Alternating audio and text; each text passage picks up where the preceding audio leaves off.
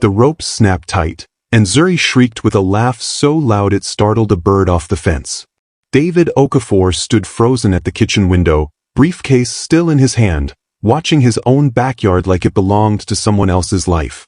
Ngozi was flat on her back in the grass, both hands wrapped around a length of gardening rope, letting 3 toddlers drag her across the lawn inch by inch. She groaned dramatically. "You're too strong. I can't hold on." Elijah shrieked with delight. Micah tugged so hard he fell backward into the grass, giggling. And Zuri, quiet, careful Zuri, who hadn't laughed like that in David couldn't remember how long, was laughing with her whole body. David's hand tightened around the door handle. He hadn't told anyone he was coming home early. He hadn't told himself, really, until he was already in the cab, already lying to his own assistant about a headache, already needing, desperately, wordlessly, to see his sons. He hadn't expected to see this. He pushed the door open slowly, and the hinge creaked, and every small body in that yard turned toward the sound at once. Ngozi sat up fast, rope still in her hand, grass in her braids. "Mr. Okafor," she said, and there was no panic in it, just surprise. "We didn't expect you." "I didn't expect me either," David said, and it came out rawer than he meant it to. The boys didn't run to him. That was the first thing he noticed, and it landed like a slap. Elijah glanced at him, then back at Ngozi, uncertain. Micah stayed exactly where he'd fallen. Only Zuri toddled a few steps closer, more curious than affectionate, before losing interest and grabbing for the rope again. "Come on," Ngozi said gently to the boys, standing and brushing grass off her knees. "Say hi to your dad." "Hi, Dad," Elijah said, like a line he'd been taught, and went back to the game. David stood there a second too long. Then he said quietly, "Can I sit?" Ngozi studied him, really studied him, the way people do when they're deciding whether to let you see something true. "Sure," she said. "Grab a spot. Watch your shoes, though, there's a landmine of a puddle by the hose." He sat on the porch step, tie loosened, watching. Micah threw himself onto Ngozi's back like she was furniture. She didn't flinch. "He does this," she said, not looking at David, just narrating easy. "Every day around 4. If I don't let him climb on me for 10 minutes, he gets impossible before dinner. Nobody told me that. I just noticed." "I didn't know that," David said. "I know," Ngozi said. "Not unkind. Just true." He watched Zuri drag the rope in a slow circle, muttering to herself in the half-language of a toddler figuring out cause and effect. "She's talking more," he said. "She's talking a lot more," Ngozi said. "She talks to your wife's picture in the hallway every morning. Full conversations. I don't interrupt her." Something in David's chest folded in on itself. "She does what?" "Every morning," Ngozi said, gentler now, watching his face carefully. "Since about 2 months in. I didn't tell you because I didn't know if it would help you or break you, and I didn't have the right to guess." David looked down at his hands. "How long have you been doing things like that? Things nobody asked you to do?" Ngozi didn't answer right away. Micah slid off her back, bored, and ran toward Elijah, who was now trying to eat a dandelion. She caught the boy's wrist automatically, redirected him without breaking her sentence. "Since the beginning, I think," she said. "You hired me to keep the house running and the boys fed and dressed. Nobody put, 'Notice which twin is scared of thunder' in the contract." "Which one's scared of thunder?" "Micah. He hides under the kitchen table. Elijah just wants to watch it from the window like it's a movie. Zuri doesn't care yet, but she will, because she copies Micah in everything." David felt something crack open behind his ribs. Not sadness exactly, something closer to shame. 11 months. 11 months living in this house, sleeping down the hall from these children, and a woman he paid bi-weekly knew the architecture of their fears better than he did. "I didn't know any of that," he said again, because it was the only true sentence he had. "You were surviving," Ngozi said simply. "There's a difference between not knowing and not being able to know yet. I wasn't drowning the way you were. So I noticed things. That's all it was." "That's not all it was," David said, and his voice cracked on the word all. "That's not a job description. That's—" He stopped. Zuri had wandered toward the porch, holding up the frayed end of the rope like an offering. David took it without thinking, and she tugged, delighted, and for one absurd, gutting second, he was playing tug-of-war with his own daughter and crying at the same time, and he didn't know which feeling was going to win.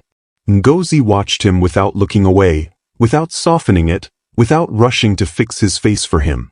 "David," she said, his first name for the first time ever, "sit with it. You don't have to solve it right now." He didn't answer her right away. He just held the rope, letting Zuri drag him a few inches across the grass, his dress shoes sinking into the dirt he'd normally have complained about ruining. He didn't care. For once, he didn't care. Then Elijah wandered off. David almost didn't notice.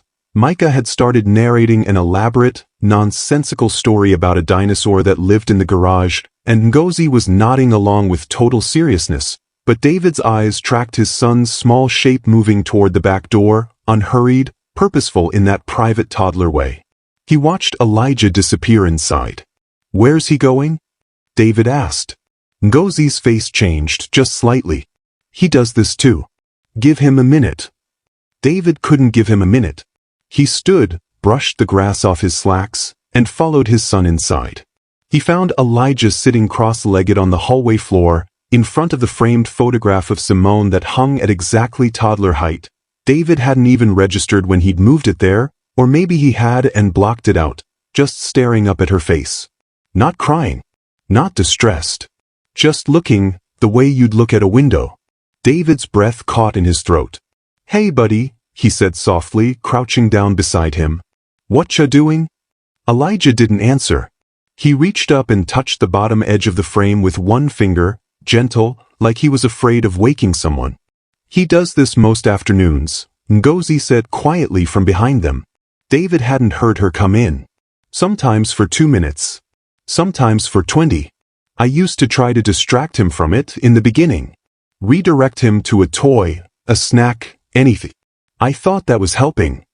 What changed? He got angry. Really angry, for a 2-year-old. Screaming, throwing himself on the floor, the whole thing, every time I pulled him away from her picture. It took me weeks to understand he wasn't upset about the photo. He was upset that I kept taking his mother away from him a second time." David felt his throat close. "So now I just let him sit," Ngozi said. "I stay close. I don't make him talk about it, and I don't rush him out of it. He's not sad, exactly. I think he's just visiting." Visiting. The word hit David somewhere he didn't have a name for. "I don't know how to do this," David said, and it came out smaller than he intended, almost a whisper, like the words themselves were embarrassed of him.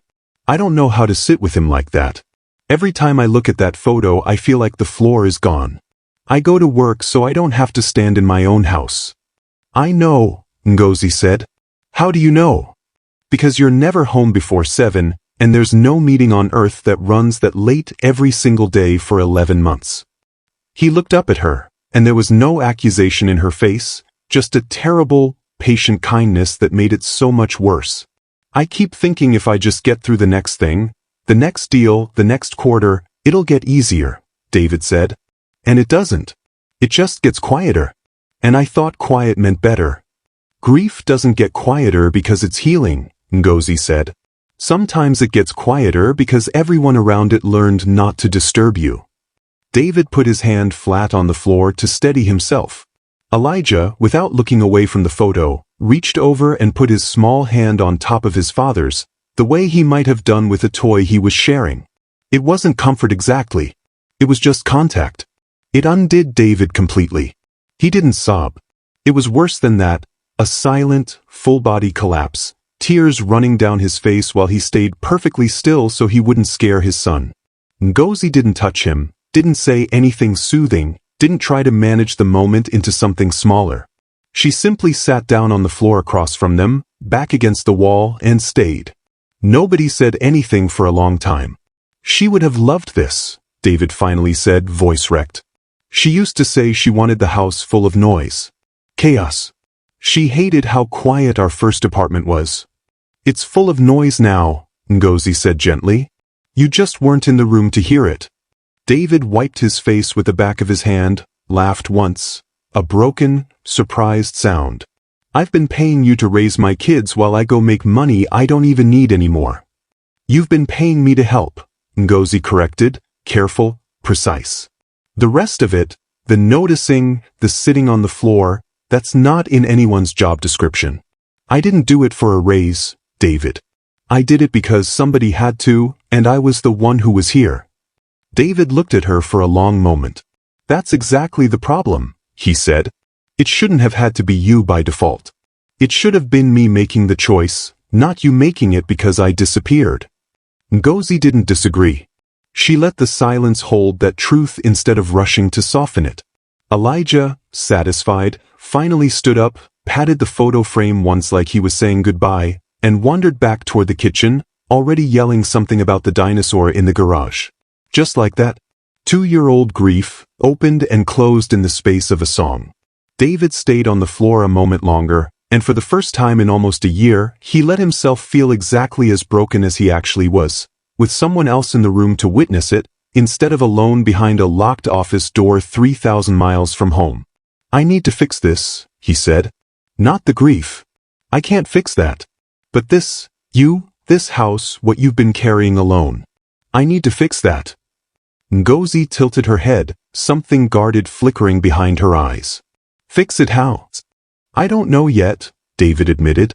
But not like this. Not you quietly absorbing everything my sons need while I write your paycheck like you're cleaning the gutters. Ngozi stood, brushing off her jeans, and for the first time that afternoon, something like wariness crossed her face. David, I need you to hear this the right way. I didn't tell you any of this to guilt you or to negotiate. I told you because you asked, and because I think you needed to know your own kids. I know, David said. But now I do know. And I can't pretend I don't. They ended up at the kitchen table 20 minutes later, tea going cold between them, the boys finally down for a nap upstairs.